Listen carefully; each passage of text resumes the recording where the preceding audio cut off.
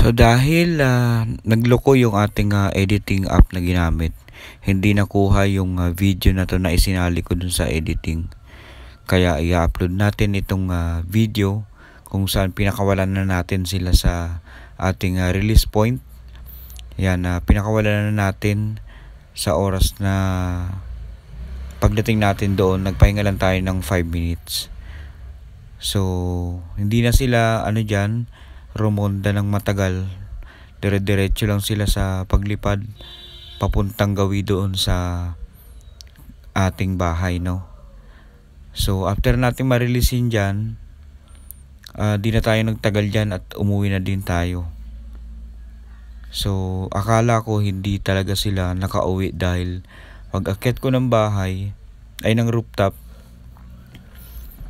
hindi ko sila agad nakita. Kaya hindi ko alam kung anong oras sila dumating or kanina pa ba sila dumating sa ating bahay.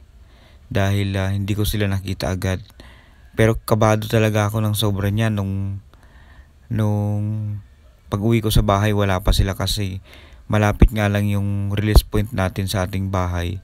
Wala pang 5 kilometers yung ating release point dahil nga binawasan natin yung layo. Dahil kinakabahan talaga ako dahil first time nilang maitos.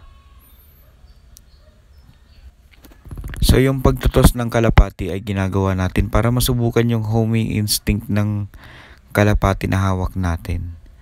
So hindi natin pwedeng biglain yung pagtutos dahil baka mamaya mawala sila, lalo na kung magandang linyada ng kalapati meron kayo.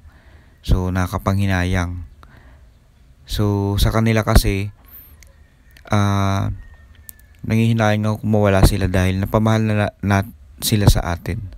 So ayun, pagtingin natin dyan sa bubong sa kabilang bahay, nandiyan pala sila nakapapahinga na. So natuwa ako dahil nakauwi sila agad. Pero di ko alam kung mabilis ba sila nakauwi o nauna pa tayo sa kanila.